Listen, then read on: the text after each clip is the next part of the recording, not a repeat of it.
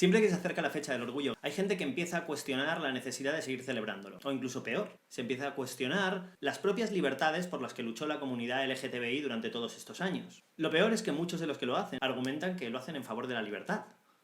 Que no tiene mucho sentido, porque quitar libertades en favor de la libertad es contradictorio. Es como f***ar por la virginidad. El problema de esos pasos atrás es que no solo afectan negativamente a las comunidades discriminadas, sino que nos afectan a todos. Por ejemplo, porque nos hacen perdernos a gente brillante y mentes únicas que al final sirven un propósito para el beneficio de toda la especie. En ocasiones estos movimientos no solo las silencian y las discriminan, sino que las destruyen.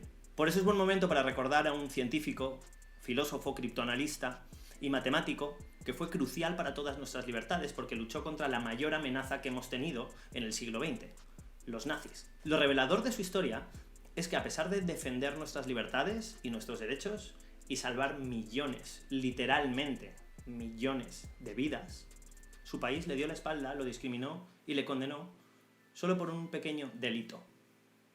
Era gay. Alan Turing nació el 23 de junio de 1912. Y está considerado uno de los padres de la inteligencia artificial y la computación moderna. Entre sus aportaciones está el test de Turing, que es un test para averiguar si nuestro interlocutor es una máquina o una persona. ¿Habéis visto Blade Runner? ¿Os recordáis esa escena en la que un detective está entrevistando a una persona para averiguar si es un replicante o no? Pues lo mismo. Turing, que era un atleta excepcional, incluso tiene una carrera de larga distancia que se llama por él The Turing Relay. Fun fact. Pero vamos a hablar del punto clave de Turing. Turing construyó algo que ahora se llama la máquina Turing. Y gracias a ella desmanteló una de las armas más poderosas de la Alemania nazi, el código Enigma. Enigma era un código que se descifraba y escribía con una máquina, la máquina Enigma. La máquina Enigma era como una especie de máquina de escribir, pero mucho más compleja, para crear un código secreto que los nazis intercambiaban en el campo de batalla y que cuando los aliados lo interceptaban no podían descifrar. Esto era una de las armas básicas de Hitler y los nazis. Durante la Segunda Guerra Mundial, los nazis se comunicaban con ella sin que los aliados consiguieran descifrarla. ¿Por qué? La máquina convertía frases escritas en un montón de caracteres inconexos sin ningún tipo de sentido, y solo alguien con la misma máquina podía descifrarlo revirtiendo el código. Enigma estaba construida de tal manera que permitía a los nazis cambiar el código cada mañana, y por su diseño, las posibilidades eran incalculables. Casi 159 trillones españoles, o lo que los ingleses o americanos dirían quintillones, de combinaciones posibles. ¿Queréis saber cómo se ve ese número? Miradlo por aquí. Exacto. Para los computadores o los ordenadores de esa época, era imposible descifrarlo, porque eran humanos. Enviando el código por señales de radio, los nazis hacían lo que les daba la gana en la guerra.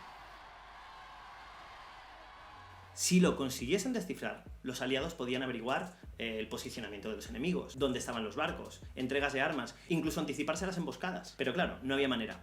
Vamos a ser justos. Antes de Turing, unos científicos polacos ya habían descifrado un código Enigma, pero en 1939 los nazis lo hicieron más complejo aún, y entonces sí que se convirtió en algo imposible de descifrar. Turing y Gordon Welshman fueron reclutados por el gobierno británico y se los llevaron a un sitio, Bletchley Park, donde se juntaron con otros matemáticos y criptoanalistas y se pusieron a trabajar en descifrar el código. Como decíamos, las combinaciones eran demasiadas. Cada día matemáticos y criptoanalistas y científicos se ponían a intentar descifrarlo trabajando a mano. Pero Turing se dio cuenta de que jamás lo conseguirían. Así fue como poco a poco empezó a trabajar con Welshman en el desarrollo de una máquina. Una máquina capaz de hacer todas estas combinaciones, todos estos cálculos que los humanos hacían, pero mucho más rápido, mucho más eficientemente. Construyeron lo que ahora se conoce como la máquina de Turing, aunque Turing, por hacer justicia a los científicos polacos, lo llamó The Bomb. La máquina de Turing, o The Bomb, está considerada el primer ordenador para propósitos generales de la historia. Hemos conectado.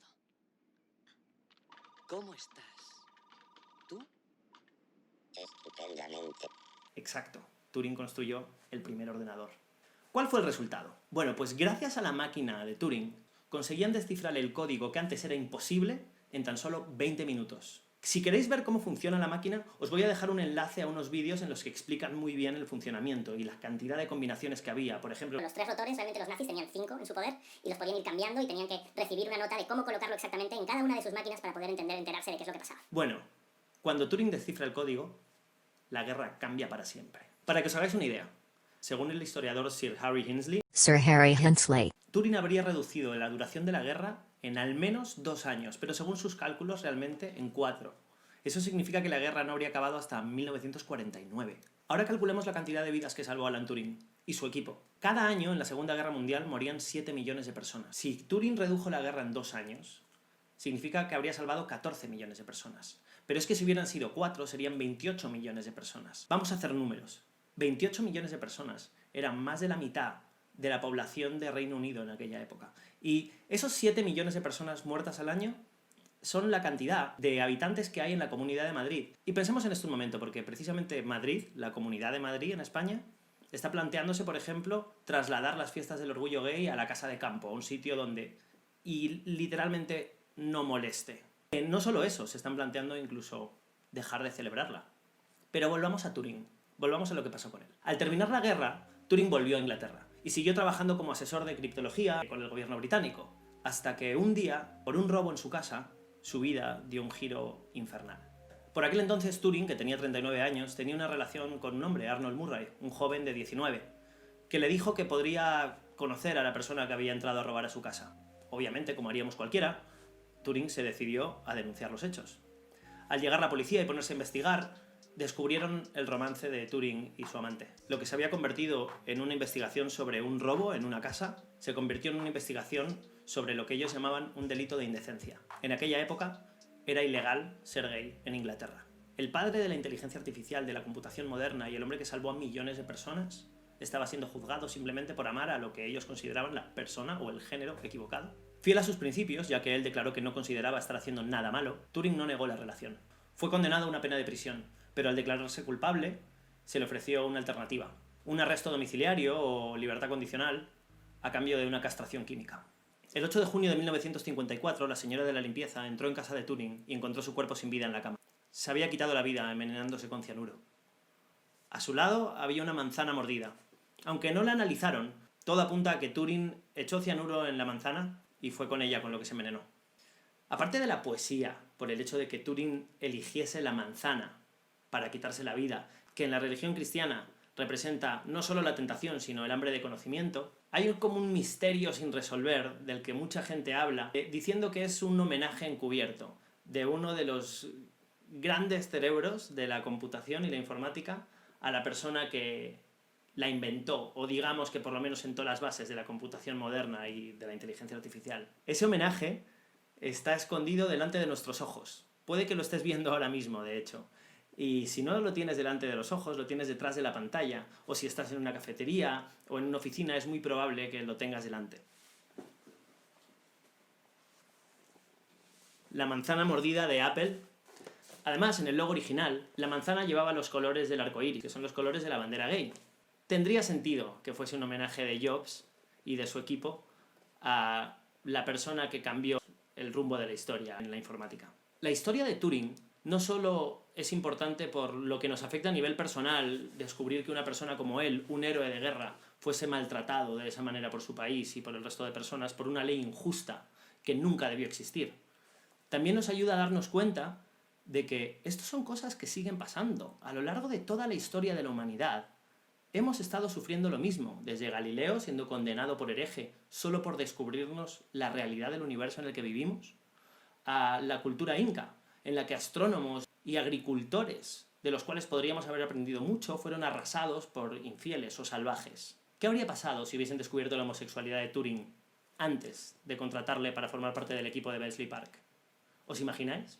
¿Os imagináis que realmente habrían contratado a un homosexual para trabajar para el gobierno? A lo mejor tú y tu pareja no os habríais conocido, pero porque a lo mejor no habríais nacido. Vuestros padres o vuestros abuelos podrían haber muerto, podrían ser una de esas 28 millones de personas, y que la única razón por la que no murieron es gracias a Turing.